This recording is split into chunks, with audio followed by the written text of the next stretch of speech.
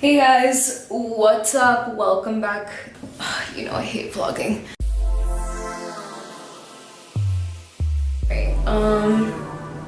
Hey guys, it's Saint Victoria. Welcome back to my channel. It's been a while since I vlogged.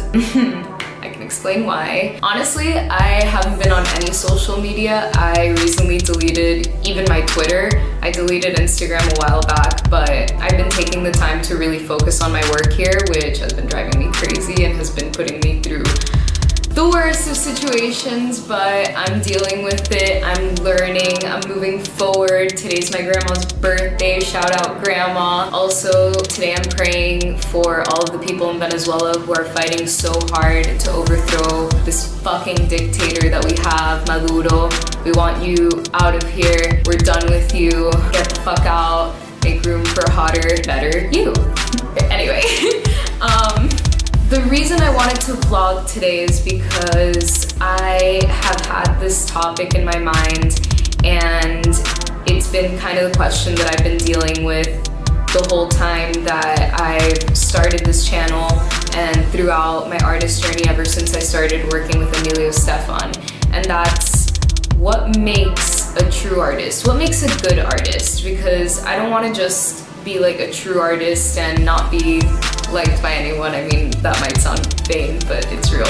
I want to know what makes a good artist, like what makes an artist easily, like, not just relatable, but what makes somebody that you've never met before connect with you? How does that person bring out such a level of humanity that hundreds of thousands, if not millions of people around the world gravitate to that person? You have to be authentic. And I think like every single performance studies at NYU touched on this. Authenticity. What is authenticity?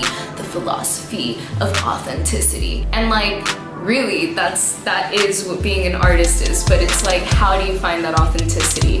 This is how I started thinking about it. So I made a list, and here we go.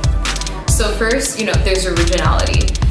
But what is really being original? You can't just be original and like make something up in your mind.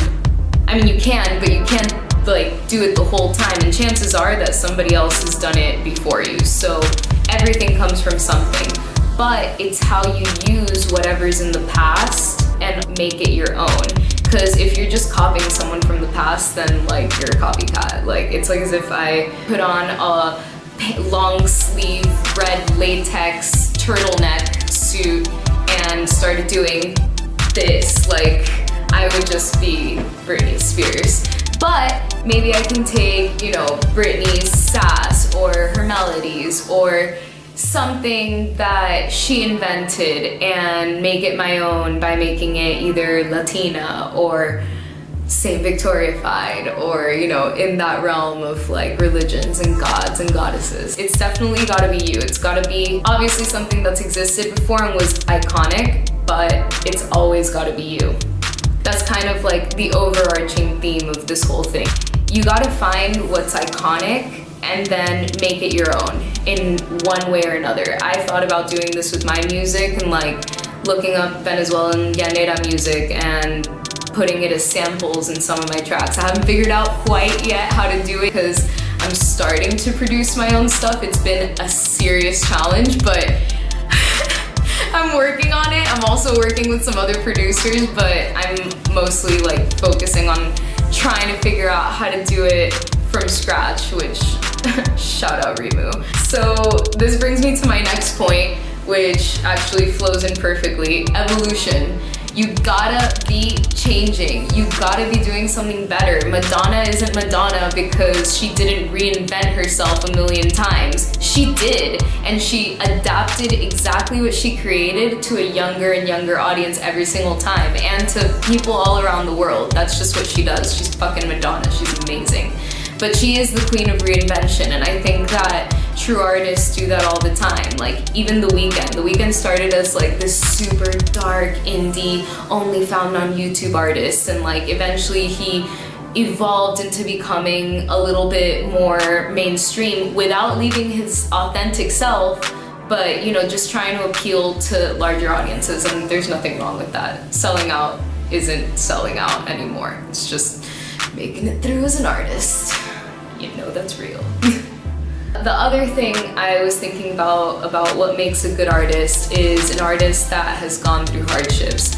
I don't think there's a single artist out there who hasn't gone through a hard time at some point in their life. No matter how like perfect everything seems to be, there's always a struggle. There's always something internal that you can use to relate to other people. There's always like this pain that makes you human, that allows you to connect with the audience that you're trying to bring together. And I think that's a key part of being an artist, is being able to turn this pain, to turn this moment that's really, really hard for you and make it into a memorable moment that could create either happiness, excitement, nostalgia.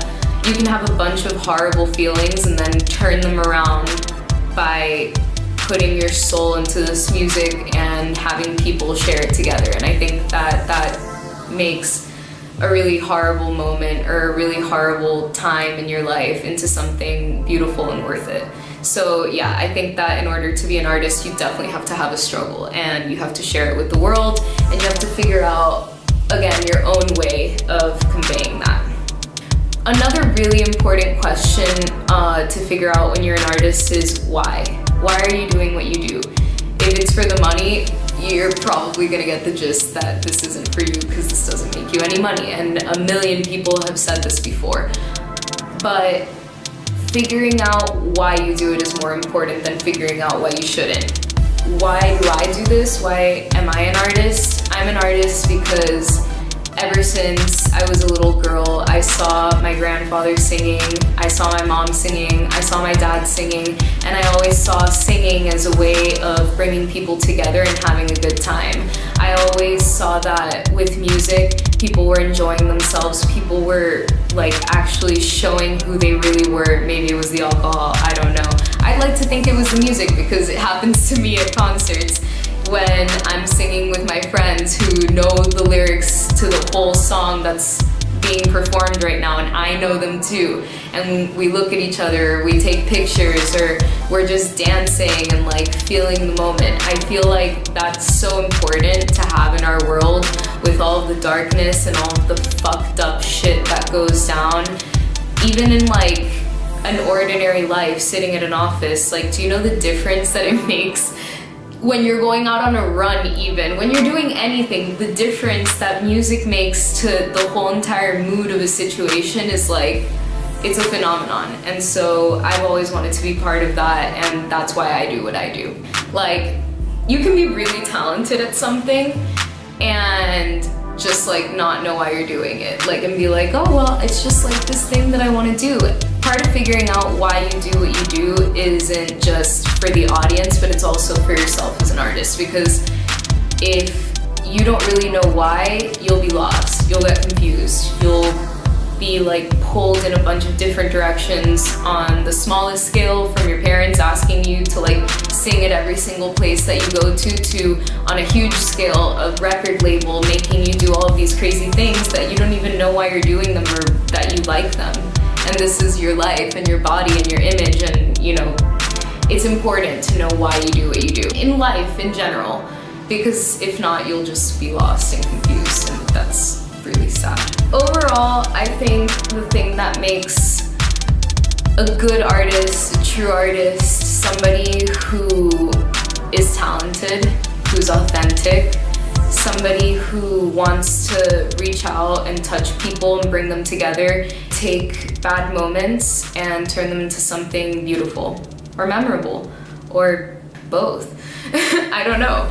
For me, that's what it means. And I'm super excited to learn how to produce, guys. I'm like really bad, like really bad. But I know that I'm gonna make it eventually. This is just the journey. This weekend I already started writing some songs again. Finally, I was like really in a hole with work and just like kind of depressed. But that's over now, I think. So I've just been trying to do this the best I can, because time's ticking and this is what I love to do, and I know that I have other responsibilities, but I'm doing this shit, yo. I'm doing it. And oh my god, I can't believe I didn't say this at the beginning of the video. I fucking saw a draft of holy water, and yeah, I'm not even gonna say anything. It's so fucking good.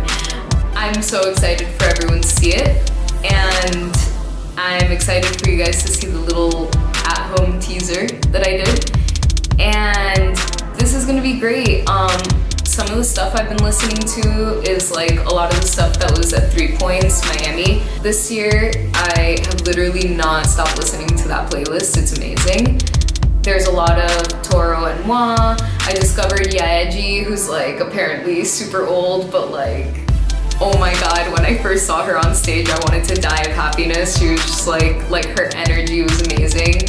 Beach House, I've been listening to a lot. Tame Impala, who I'm gonna see in a couple of days. Oh my god, I saw Erykah Badu, which was incredible.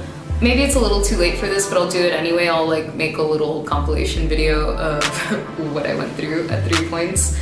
I didn't go through anything, I just had a really great fucking time. But yeah, I hope you guys enjoyed this vlog. If you did, give it a thumbs up. And if you're not subscribed, please subscribe. I promise that the content will be worth it and non-spammy because I'm not that consistent yet. But when I am, all the content will be sweet. Hit that subscribe.